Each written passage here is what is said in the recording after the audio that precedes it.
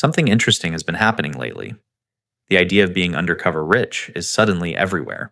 Quiet wealth, stealth wealth, old money aesthetics. It's trending, but the idea itself isn't new. If you've read The Millionaire Next Door or Baby Steps Millionaires, you already know this: the majority of America's millionaires don't live flashy lives. They live modest ones. And that reality looks nothing like what social media keeps pushing. Social platforms do a terrible job showing what wealth actually looks like. In fact, a lot of the people flexing luxury watches, exotic cars, and designer labels are often stretched thin. High visibility, low margin. The appearance feels expensive, but the foundation usually isn't. What's easy to miss is that real wealth gives off signals too, just not the obvious ones. They're subtle, behavioral. You only notice them if you're paying attention. And once you understand the mindset behind those signals, you start seeing how wealth is built quietly, not announced loudly. I'm Alex. Today we'll walk through the quiet signals that consistently show up among people who are financially secure, why modesty keeps winning over flash, and how these patterns line up with what large studies of millionaires have been showing for years. Let's start with the first signal almost nobody notices, because it shows up when nothing important is happening. Sign number 1, they're unbothered by small inconveniences. Watch how someone reacts when something minor goes wrong. The restaurant gets the order slightly wrong. Parking costs $10 instead of being free. The line moves slower than expected. For most people, those moments create friction. For a quiet millionaire, they barely register. This isn't carelessness, it's calibration. When money pressure is low, small problems stop demanding emotional energy. A steak comes out medium well instead of medium. It's fine. The cost of fixing it outweighs the value of time and attention. Paying for closer parking saves 20 minutes. That time goes back to family, work, or rest. You see this pattern constantly in daily life. Someone who drives 5 extra blocks to save a few dollars, but spends the whole walk irritated. Someone else pays parks and moves on. Same outcome. Very different mental cost. What's interesting is that this behavior isn't about being rich. It's about how wealth changes decision filters. Quiet millionaires don't optimize every transaction. They optimize for smooth days, less mental noise, fewer micro battles. Over time, that calm compounds. Fewer emotional spikes, fewer reactive decisions, more capacity for things that actually matter. And that ability to stay steady when nothing important is at stake tends to show up long before the balance sheet ever does. Sign number 2, they don't care about credit cards or rewards. Pay attention to how much mental energy people spend chasing points, comparing cards, tracking categories, timing purchases, optimizing 5% here, 2% there. For a quiet millionaire, that game usually ends early. Not because rewards are useless, because they're irrelevant at scale. When assets are working and cash flow is stable, a few $100s in points doesn't change outcomes. What matters more is simplicity. Fewer accounts, fewer decisions, less time spent squeezing marginal gains from consumption. You see this in everyday behavior. Someone spends hours researching the best travel card, then reshuffles spending just to justify the annual fee. Another person uses one basic card, pays it off automatically, and never checks the rewards balance. One feels productive. The other actually is. Quiet millionaires tend to treat credit as plumbing. It should work quietly in the background. No drama. No optimization obsession. No identity attached to plastic. That's why many of them aren't travel hacking or churning bonuses. They're not hunting cashback. They already have liquidity. They already have flexibility. They don't need incentives to spend money they weren't planning to spend. What's subtle here is the signal. When someone stops caring about rewards, it often means they've crossed a line where time and attention are worth more than small rebates. And that shift usually happens before the wealth becomes obvious to anyone else. Sign number 3, they don't even think about Social Security. Listen closely when retirement comes up. Some people can quote their estimated Social Security check down to the dollar. They debate claiming ages. They worry about solvency. Quiet millionaires rarely join that conversation, not because Social Security doesn't matter, but because it isn't central. For most households, Social Security is a primary pillar. For quiet millionaires, it's background noise. In 2022, the program lifted roughly 23 million Americans out of poverty. That tells you exactly what it's designed to be: insurance. A floor, not a plan. You see this in planning behavior. One person builds their entire retirement around a future check they can't control. Another builds assets. First, cash businesses, index funds, paid off property, then treats Social Security as a bonus if it shows up. Same system, completely different dependence. Quiet millionaires tend to self-insure, decades of saving, consistent investing, avoiding lifestyle inflation. That creates optionality. When income doesn't rely on a government schedule, decisions get calmer. Retirement age becomes flexible. Work becomes optional, not mandatory. What's subtle is how early this mindset appears. Even in their 30s or 40s, they're not asking, "What will Social Security give me?" They're asking, "How little will I need it?" By the time the checks arrive, it's just whipped cream on top, not the meal. And that mental positioning changes every financial decision long before retirement is anywhere close. Sign number 4. They ask a lot of questions. Watch how quiet millionaires enter a conversation. They don't lead with opinions. They don't rush to impress. They listen first, then ask simple, direct questions. How does this work? What usually breaks? What surprised you the most? That habit shows up everywhere. In meetings, they ask how a decision affects cash flow, not how it looks. When meeting someone successful, they ask about mistakes before wins. When learning something new, they're comfortable admitting what they don't know. This isn't insecurity, it's efficiency. Over time, asking good questions saves money and time.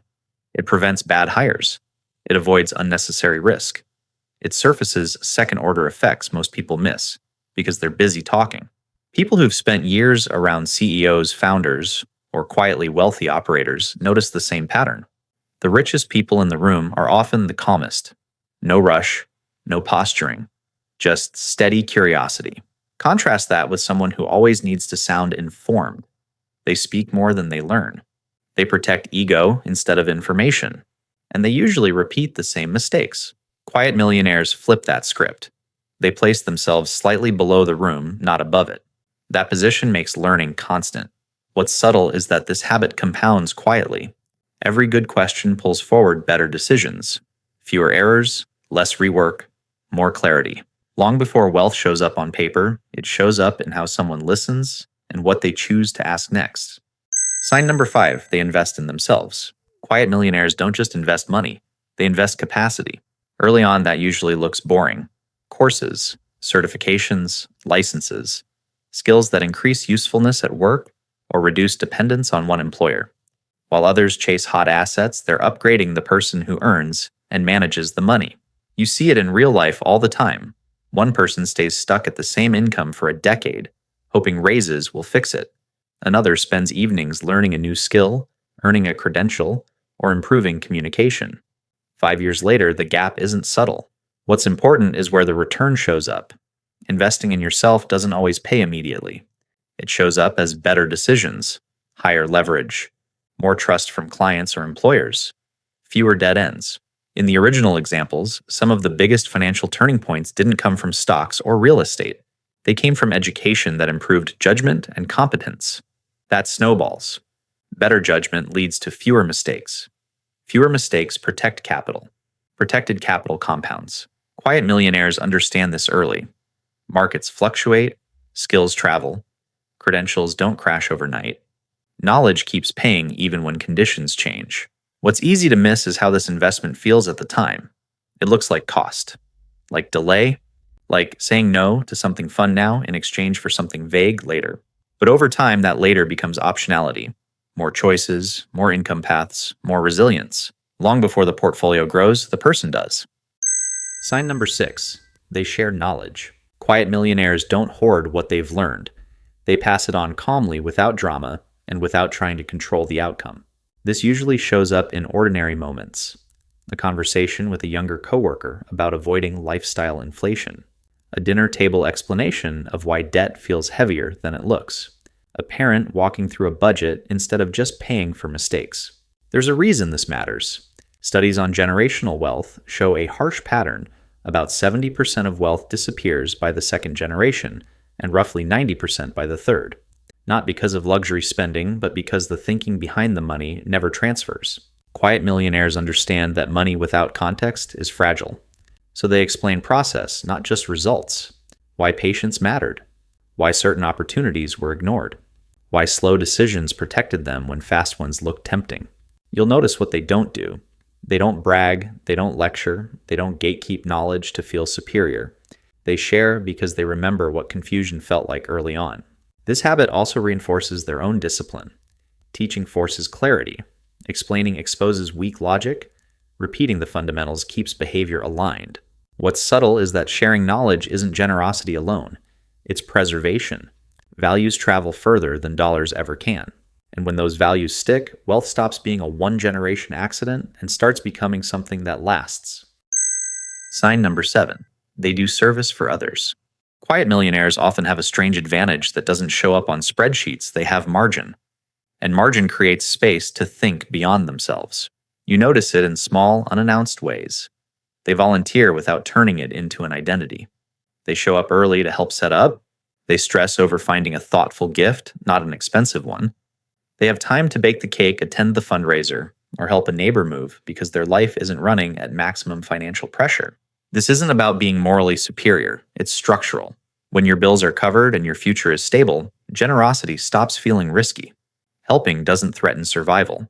Giving time doesn't create panic. Money becomes a tool, not a shield. What's often misunderstood is the direction of causality. Service doesn't come after wealth as a reward. It becomes easier because wealth removed constant self-concern. That shift in attention is real. You also see something else: money amplifies character. Someone who is generous with little tends to become quietly powerful with more. Someone who is resentful under pressure usually carries that forward too. Quiet millionaires don't use service to signal virtue. They do it because they can, and because it fits a life with breathing room. That breathing room is the real asset, and it shows up long before anyone notices the net worth. Sign number 8. They don't loan money, they gift it. Quiet millionaires handle money between people very differently. When they help, they don't frame it as a transaction. They give with clear boundaries, no repayment schedule, no follow-ups, no silent ledger running in their head. Once the money leaves, the relationship stays clean. Most people learn this the hard way. Loaning money to friends or family often turns emotional fast. Missed payments, awkward reminders, power shifts that never quite reset. Even when the amount is small, the tension lingers. Quiet millionaires avoid that entire dynamic. If they can afford to help, they treat it as a gift. If they can't afford to give without resentment, they say no. Both choices protect relationships. There's no pretending generosity is an investment. This behavior shows up repeatedly in real life. A parent helping with a down payment but refusing to discuss it afterward. A friend covering an emergency expense and never mentioning it again. No leverage, no guilt, no stories. What's subtle is what this reveals about their financial position. You can't gift money comfortably unless your own base is secure. You also can't do it if you're emotionally attached to every dollar. Quiet millionaires understand that mixing debt with relationships is expensive, even when the interest rate is 0. The cost shows up elsewhere. By separating money from obligation, they preserve trust. And by preserving trust, they protect something far more valuable than the cash itself. That clarity is rare, and it's usually a sign the foundation is already solid. Sign number 9. They don't give allowances, only commissions. Quiet millionaires tend to separate money from entitlement early, especially with their kids. Instead of handing out allowances for existing, they tie money to output. Mow the lawn, wash the car, help with a real task. The payment isn't random, it's earned. That distinction matters more than it sounds. When money arrives without effort spending feels weightless. When money is earned, every dollar carries memory, time, energy, trade-offs. A $10 bill isn't just cash, it's an hour of work. You see the long-term effect clearly. Kids raised on commissions think differently before spending. They don't ask, "Do I have money?" They ask, "Was this worth the work?" That filter stays into adulthood. In real households, this shows up in simple patterns. Someone finishes paying off a car and immediately replaces the payment with a new one. Another person feels the relief of ownership and keeps driving. The difference is learned. Quiet millionaires understand that money habits form before income scales. If effort and reward are disconnected early, that gap grows later, often dangerously. This isn't about being strict, it's about clarity. Work produces value. Value produces money. Money deserves respect. What's subtle is how this compounds across generations. Teaching the mechanics of earning protects future wealth more than any trust fund structure ever could. Long before portfolios grow, these systems do. Sign number 10. They wear simple, plain clothing. Quiet millionaires rarely look the part people expect. No designer logos, no loud labels, no obvious signals meant to be decoded by strangers. Instead, they look clean, put together, unremarkable. You see this clearly when you meet them in real life. Neutral colors, well-fitting basics, clothes that are comfortable, durable, and forgettable. Nothing that needs explaining, nothing that needs protecting. This isn't accidental, it's efficient. Luxury branding sells identity. Quiet millionaires don't need one. They already know who they are and what they're building. Spending thousands to signal status to people who don't matter solves nothing. There's also a practical layer. Expensive clothes don't last longer. They don't perform better. They don't increase safety income or optionality. Most of the time, you're paying for recognition, not quality. People who interview or interact with quiet millionaires notice the same pattern again and again. They don't look rich. They look organized, calm, hard to place. That contrast matters. Many visibly wealthy outfits are financed. Many understated ones are paid for in full. One creates pressure, the other removes it. What's subtle is the discipline behind this choice. Refusing to outsource confidence to clothing frees attention and money for things that compound quietly. Long before wealth becomes visible, restraint usually does. Sign number 11. They drive practical cars. Quiet millionaires tend to treat cars as tools, not trophies. You'll often find them in a Camry Accord or something similarly unremarkable. Not because they can't afford more, but because reliability, safety, and cost per mile matter more than image. The pattern shows up in the data. Research on millionaire households found that fewer than 1 in 4 drove a current model year vehicle. Most bought cars 2 to 5 years old after someone else absorbed the steepest depreciation. Same function, lower cost, less pressure. They also keep cars longer. While a large share of Americans replaces vehicles within 5 years, the average car on the road can last around 12. Quiet millionaires let that math work in their favor. No rush to upgrade. No permanent car payment baked into life. In everyday life, the contrast is obvious. One person finishes paying off a car and immediately trades it in, resetting the clock. Another keeps driving it, redirecting that monthly payment into savings or investments. Same income, different trajectory. What's subtle is the mindset. A new car feels like progress. A paid-off car creates margin. One looks better. The other works better. Quiet millionaires consistently choose the option that reduces fixed costs and preserves flexibility even when no one is watching. That discipline doesn't make noise, but over decades, it quietly changes everything. Sign number 12. They live in a cottage, not a castle. Quiet millionaires are unusually intentional about where they live, not because they dislike nice homes, but because housing is the largest recurring expense most people ever take on. Instead of stretching for a dream house, they choose a space that fits their actual life. Enough rooms, enough safety, enough privacy, nothing extra that quietly drains cash every month. In real households, housing can swallow 50% of take-home pay. That leaves very little margin for investing, saving, or flexibility. Quiet millionaires tend to cap that cost aggressively. A common personal rule is keeping housing below roughly 25% of take-home income. That decision alone changes everything downstream. Large-scale studies of millionaires show the same pattern. Most live in modest homes, not mansions, not status symbols, just functional places that support family life without turning into financial anchors. The contrast becomes obvious over time. One family upgrades square footage every time income rises. Another keeps housing stable and lets excess cash compound quietly. Years later, the difference isn't the house, it's the balance sheet.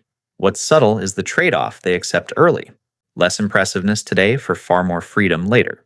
Lower fixed costs mean fewer forced decisions, less stress during downturns, more control. Quiet millionaires understand this instinctively. Housing should support life, not dominate it. And when the biggest expense is restrained, everything else gets lighter. Key takeaways. Quiet wealth isn't hidden because it's secret. It's hidden because it doesn't need to announce itself. Across every sign, the pattern is the same. Fewer fixed costs, fewer emotional reactions, fewer forced decisions. Not optimization for appearance, but optimization for margin. What separates quiet millionaires isn't income alone. It's restraint applied consistently in the biggest categories: housing, transportation, attention, and relationships. They protect time before chasing rewards. They protect simplicity before chasing status. They protect optionality before chasing growth. Most importantly, they build systems that reduce pressure. Pressure distorts decisions. Margin restores control. Over decades, that difference compounds faster than any tactic. If this way of thinking resonates, it's not about copying habits blindly. It's about noticing where noise has replaced structure in your own life. Quiet wealth starts when fewer things demand your reaction and more things work quietly in your favor.